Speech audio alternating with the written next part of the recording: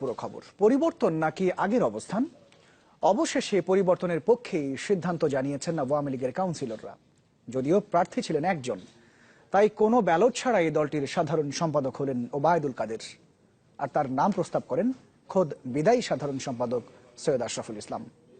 তবে সভাপতি পদে যথারীতি বহাল শেখ হাসিনাই। সংশোধিত গঠনতন্ত্রে কলেবর বেড়েছে আওয়ামী লীগের কার্যনির্বাহী কমিটিরও।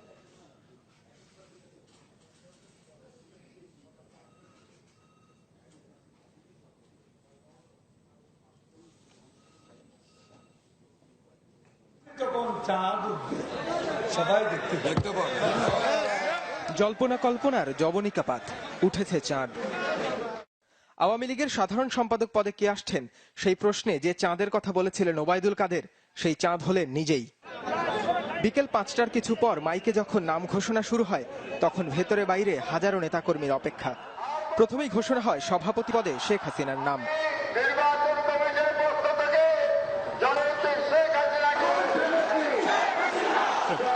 এরপর কয়েক মুহূর্তের বিরতি। যে পদ নিয়ে গত কয়েকদিন জল ঘোলা হয়েছে গণমাধ্যমে, ঝড় উঠেছে চায়ের কাপে, অবসান হবে তার।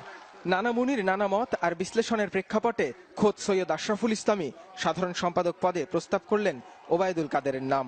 ঠিক তখনই হাজারো কণ্ঠের চিৎকার, উল্লাস। ঘোষণা কেবলই আনুষ্ঠানিকতার। কমিটি ঘোষণার আগেই গঠনতন্ত্র সংশোধন করে কার্যনির্বাহী কমিটির পদ ৮টি বাড়িয়ে করা হয় ৮১টি।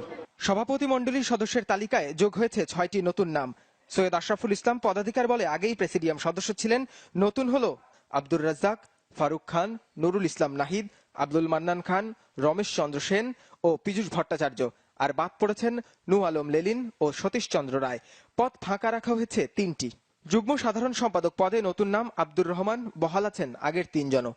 বেড়েছে একটি সাংগঠনিক সম্পাদক পদও। এছাড়া জাতীয় কমিটির কলেবর বেড়ে ১৭৮ থেকে হয়েছে ১৮০টি। তবে আকার যাই হোক, নবগঠিত এই কমিটিতে সবচেয়ে আলোচিত নাম যে ওবায়দুল কাদের, সে বিষয়ে সন্দেহ নেই কারোই।